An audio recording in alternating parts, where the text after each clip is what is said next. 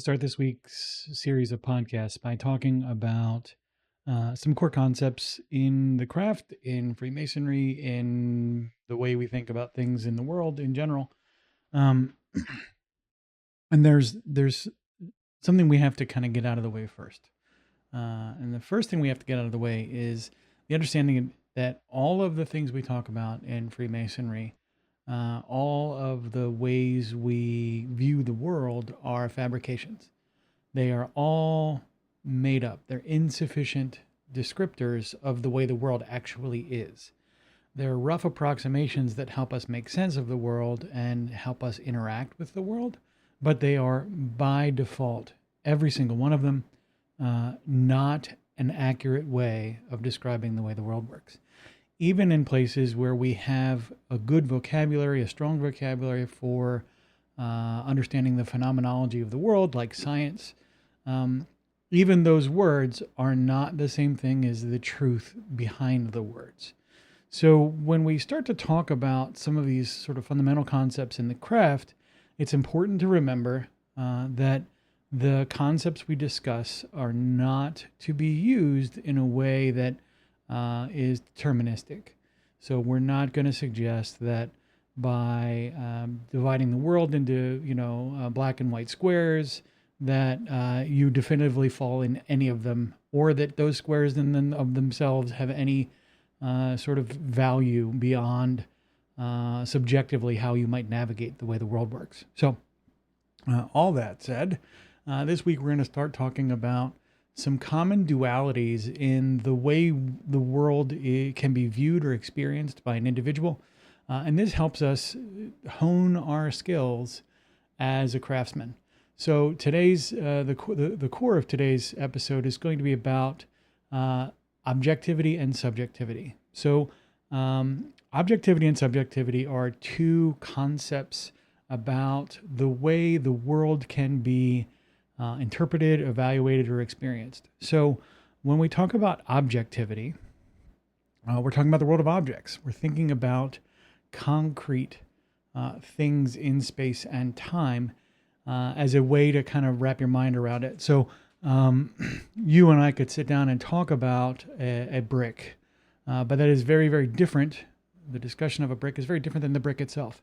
And so when we are discussing objectivity, we're really talking about the actual object as a concept.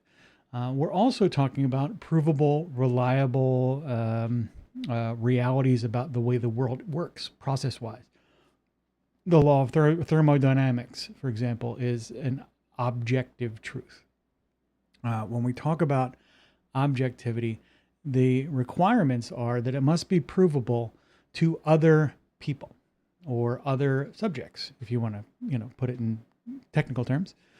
So objectivity is agreed upon by multiple subjects. When we share information with each other, if I give you an understanding of the way the world works, you need to be able to take that information and reliably repeat it to prove that that's a truth. When we talk about objectivity, we're talking about verifiable evidence as well. So if I say, well, I've spent $30 and I still have $40, I need to be able to demonstrate the transaction. I can suggest to you that I have spent that money. It is now depleted from my account and the remaining balance is $40. Whatever that reality is, that can be called an objective reality. Now, with the understanding, of course, that's all built on subjects, but we can get into that later. So the subjective experience is, how does it feel? It is, what is your understanding of a given sort of knowledge or situation? When we talk about experiencing things subjectively, you're really talking about what does it feel like? What is its sort of experiential properties that you can internally understand? How do you understand things internally? So how do you experience things as a subject? That subjective experience is something that is very personal, obviously. It's very ephemeral in a lot of ways because the subjective experience is very much connected to time. So you are experiencing things moment by moment by moment, and the person who experienced something, months or weeks ago, is not the same person that's experiencing things right now.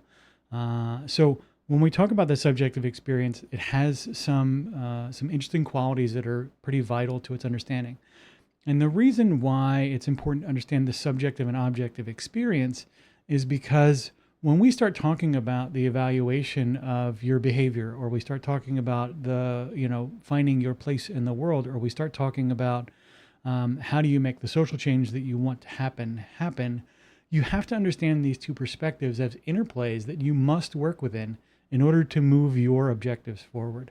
If you want to make change in the world, if you want to make change in your life, it's not just changing the subjective experience, it's got to be changing the objective experience, and vice versa. The subjective and objective perspectives are unitive. They are both the sort of domains of experience that you must address in order to be successful at creating change. In future episodes this week, we'll get into some other of these kind of dualities, again, with the same caveat applying. Even though we have words for these things, and even though we can kind of agree on what they mean, the words are insufficient.